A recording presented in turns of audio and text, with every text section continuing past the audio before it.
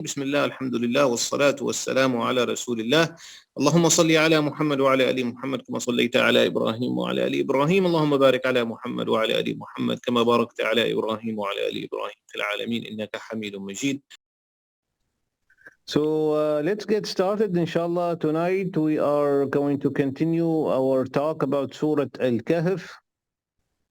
We were at ayah number 63, inshallah. بسم الله الرحمن الرحيم. قال أرأيت إذا وينا إلى الصخرة فإني نسيت الحوت وما أنسانيه إلا الشيطان وأن أذكره واتخذ سبيله في البحر عجبا.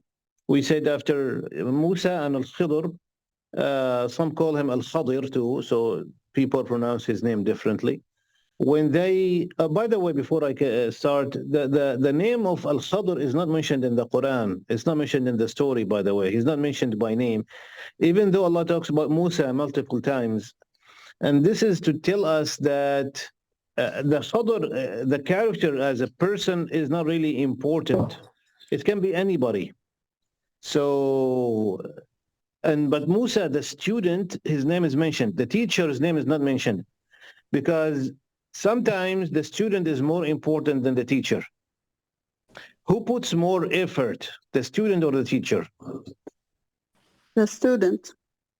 In terms of teaching, it's more difficult for the teacher, but it takes dedication for the student to keep up. Yeah. So in the long run, the student actually is the one who makes more effort in the process of learning. Because again, the teacher explains, the student has to, first of all, process that, understand it, and then make sure that the student comes again next time and build on what he or she has learned. So this process of dedication, and this is what we have been talking about regarding the story of Musa and al-Khidr. The name of al-Khidr is not mentioned, but Musa alayhi salam is mentioned to say that the student is the one who really, besides, without students, the teacher cannot teach. Who is he going to teach? He can teach the wall. So that's why Allah subhanahu wa ta'ala emphasizes on Musa, not because Musa is a prophet and he's higher in rank, as we mentioned, but because in this context, Musa is the student. And he's the one who's showing a lot of determination and dedication to learn from al-Khidr. As we said, he told from the beginning of the trip, from the beginning of the journey, he said to Yusha, his servant or his student, we are not going to stop. We're going to keep moving until we find al-Khidr. And they kept moving and they passed the area where they were supposed to meet with al-Khidr. And this is when the fish came back to life and jumped into the ocean. And then Musa got tired. And we said, after you pass your goal, you can get tired somehow. And then he said, let's go back. Name of somebody or just... No, it's a name of a person. It's not like an angel or a creation of some sort. Normal human being. Allah calls him abdan min ibadina, a normal human being. So we said last time an important point that Shaytan will try his best to put hurdles and obstacles in your way if you're trying to pursue the knowledge of deen. This is important for us to know why. Shaytan made Yusha forget that the sign has already happened and you're supposed to meet with al-Khidr now, and they passed the area and then they had to go back and walk back looking for him again. And now there is an important lesson to say here. Anytime you make the intention to learn Islam, about any subject of Islam, expect things to be difficult in the beginning. That's the norm. Shaitan will make it difficult as much as he can do. Like here, he made Yusha forget. So Musa alayhi salam, he was hungry and tired and he had to walk back and to look for al-Khidr again. So that's all the Shaitan can do, to make things difficult. He cannot make it impossible. He can, whatever he can within his power, to make it difficult. If you show dedication, after a while, you will overcome Shaitan and things will become easier. So Shaitan will always make it difficult in the beginning. Anything you start from the beginning is difficult. This is a true statement, especially when it comes to the knowledge of deen. And that's why you see a lot of people quitting in the beginning. So this is an important lesson too. Shaitan is not going to sit down and watch you enjoy your journey to knowledge, especially in the beginning, because he knows if he can make you quit, that's all he wants to do. So that's what, by the way, Musa could have said, we passed the place we were supposed to meet. We don't have lunch anymore. We're hungry. You know what? Forget it. Let's just go back.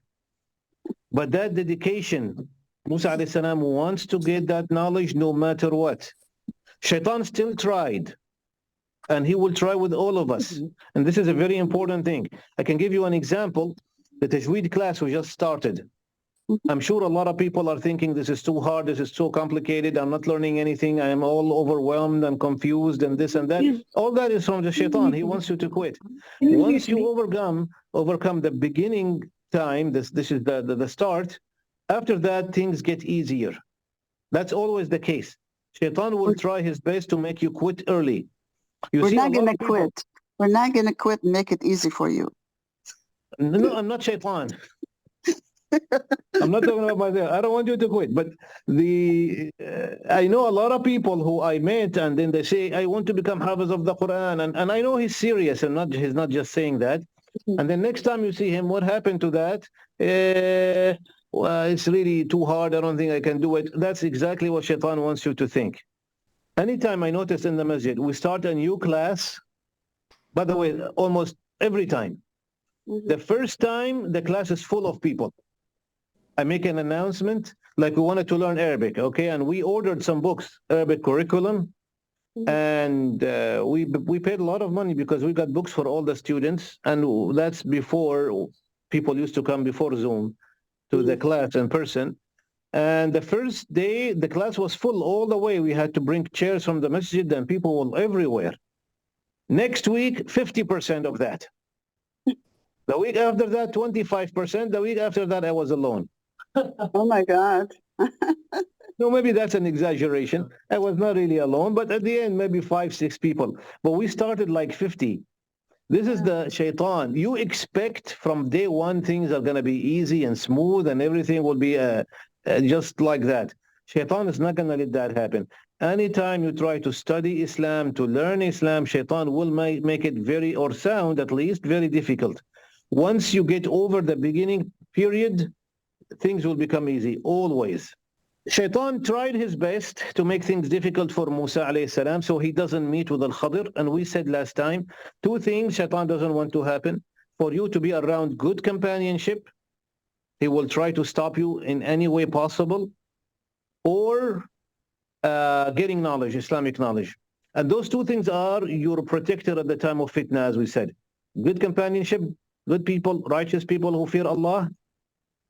By the way, when you are around those people, not only that they give you that feeling of security and safety, you feel shy that you're different from being different from them.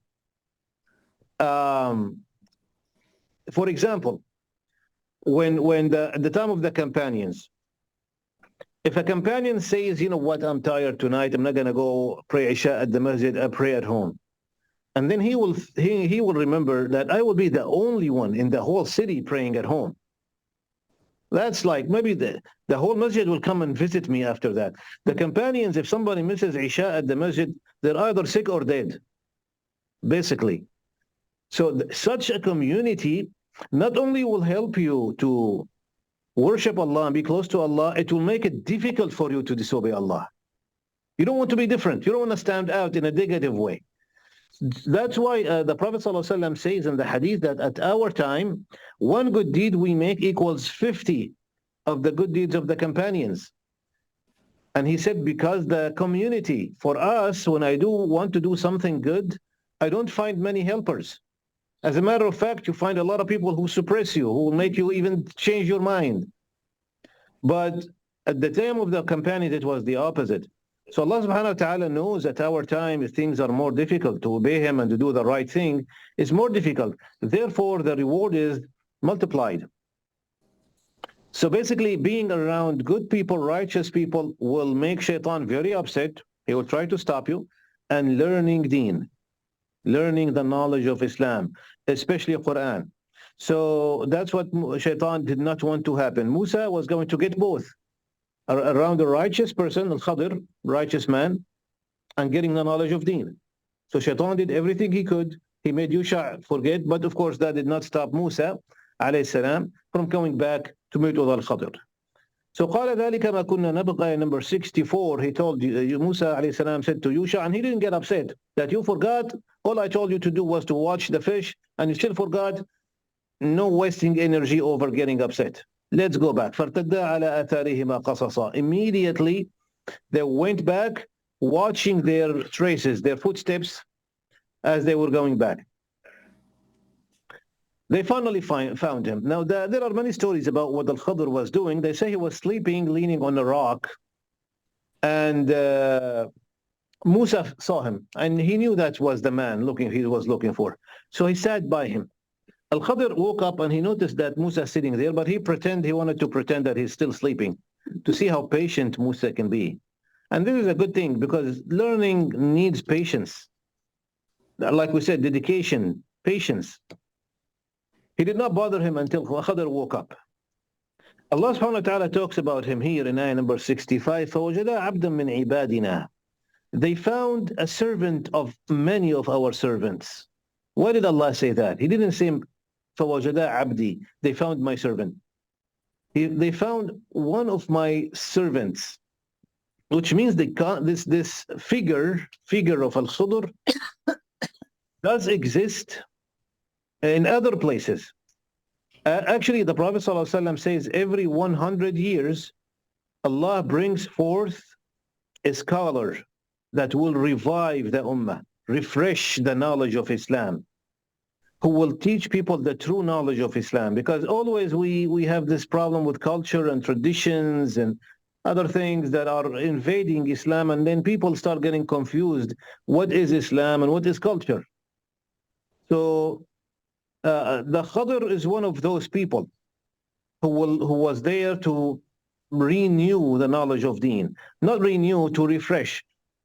So فَوَجَدَا عَبْدًا مِّنْ عِبَادِنَا. They found one of our servants. أَتَيْنَاهُ رَحْمَةً مِّنْ عِنْدِنَا. We gave him mercy from us. وَعَلَّمْنَاهُ مِنْ لَدُنَّا عِلْمًا. And we gave him knowledge. Now here we have عِنْدَنَا and لَدُنَّا, and those are not the same. First, let's talk about mercy plus knowledge. Those are very important to be together. Mercy and knowledge. If you have mercy, but you have no knowledge, your mercy is useless.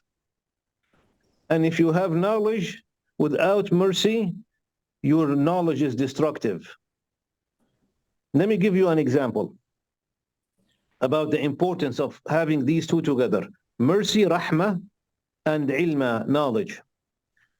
Let's say, just an example, you're driving your car and in front of you a car accident happens. And the guy who was hit comes out of the car and he's bleeding really bad. And he's about to die. So you pull over, you go to check on the person. By the time the ambulance comes, you see the person is bleeding. You have a lot of mercy. You feel bad and you sit next to him and start crying for him. But you don't have no knowledge what to do. What's the point of having mercy without knowledge? You have the mercy, right? You feel bad for the person. You cry, but that's not going to help save his life because you have no knowledge. You don't know what to do. Now look at the other way around. You have knowledge, but you have no mercy. You don't even stop. Why do I care? Why do I care? I don't have time to waste. Let him, it's not my problem.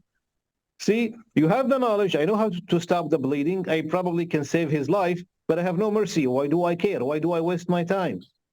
So knowledge without mercy is not good. Mercy without knowledge is not good. You need both of them. But Allah subhanahu wa ta'ala calls rahmatan min indina. And He uses ladunna for the ilm, knowledge. What is the difference between indina and ladunna? Now this is technical, but I like to confuse everybody, you know me. Ladunna is closer. They call that al-ilm al-ladunni, the knowledge of within. Knowledge, Allah gives people knowledge. in general. But there are certain people, Allah give them special knowledge. We call that ladunni, which means from within Allah. It's like those people, Allah shows them with special knowledge that was not given to anyone else. Like here in Khidr, Allah gave him the knowledge of the unseen. Allah gave him the knowledge of the future. So that is not something that Allah gives everybody. Rahmah is given to a lot of people. Allah gives mercy to a lot of people. Actually, every mu'min, every believer should have mercy in their heart. We should. That's normal, a part of our iman. But that special knowledge, the knowledge which we call ladunni, the knowledge within or from within, if I want to give you an example between the difference, about the difference between indina and ladunna. If I want to give Brother Sultan, he said next to me, this cup of bottle of water, I'm not giving it to him, by the way, I'm just telling you, and I put it on the table here, he comes and he picks it up. This is min indina. I gave it to him. But min indina, I gave it to him, he had to do something to get it. Min ladunna, I go and I put it in his hand. This is more special. This is unique. So Allah gave Al-Khidr two things, rahmah, and this rahmah is given to a lot of mu'mineen. They have that mercy. They have that mercy in their heart. Ladunna, this is only for him. So when you see ladunna means something special was only given to Al-Khidr. And those people still exist, by the way. There are some people who have that kind of knowledge of ladunna, but normally they don't like to share it. Normally when Allah gives that knowledge to the people, they don't like to share it, because they put themselves in liability. So it's normally they kind of keep that to themselves. Allah subhanahu wa ta'ala can show some people or share some people with, not share, I don't like to use the word share for Allah, but give some people the knowledge of the unseen sometimes. But those people, if somebody comes and says, huh? Provide people with something special. Yeah, so those people don't like to, if they come out and brag about it, then that's not, those are the very righteous ones. Those are the ones that are special. So anyway, Al-Khidr was given two things, rahmatan min indina, rahmah, which is given to a lot of people, وَعَلَّمْنَاهُ مِن لَدُنَّا عِلْمًا, and we taught him, Allah is saying. Allah himself is saying, we taught him knowledge from me, which means this knowledge is special. قال له موسى, Musa said to him, هل أتبعك, and look at the request. And we said multiple times, Musa alayhi salam is higher in rank than Al-Khidr. And the knowledge Musa alayhi salam was given is more in total than the knowledge of Al-Khidr. But this particular area, that thing that was given to Al-Khidr was not given to Musa alayhi salam. And again, for that, Musa alayhi salam is willing to do whatever it takes. So he said to Al-Khidr, هل أتبعك, do you agree to make me your follower? Imagine a prophet from Ulul Azm, the best 5 prophets, like Musa, who spoke to Allah directly, is saying to Al-Khidr, who is not even a prophet, will you agree to make me your follower? أتبعك, I'll follow you. Imagine to which degree he's going to go humiliate himself as long as he gets that knowledge. And we said before, if a student has arrogance and he thinks he knows more than his teacher, he will not learn anything. And I know a lot of people, they approach their teacher in that manner. They might not say it out loud, but they think, I know more than him. And once you get to that point, you can't learn anything. So Musa alayhi salam said to Al-Khidr, do you agree to make me your follower? I will follow you. And all I want you to do, أن تعلمني مما علمت رشدا. مما علمت, from what you were taught. Why did he say that? Why did he not say, teach me, give me your knowledge? Why did he say, I want you to teach me from what you were taught? Because if he said, I want you to teach me, knowledge can be anything. Because he knows that God gave him a special gift. So he's asking for that special knowledge that Allah chose you with, not any knowledge. I am not following you so you can teach me anything. I want you to teach me what Allah taught you. directly came from Allah. This is what I am after. And then he said, rushda. Rushda means wisdom. And here there is an important point to mention. He's telling him, I will use it in a wise way. Now, this is important. Whenever you decide that you want to learn something, you should make sure you know what your purpose is. Why do you come to class? What are you trying to learn? Because some people say, because I have nothing else to do. Some people say, because we like to look at the Sheikh's beautiful face, mashallah. Yeah. Some people, because they want to give the teacher some hard time. Especially those who are healthy, mashallah. So what is the purpose? You have to make sure you know what you're doing, because that will help you to keep up your determination, your dedication, like Musa alayhi salam did. What is the purpose? Why are you trying to learn Islam?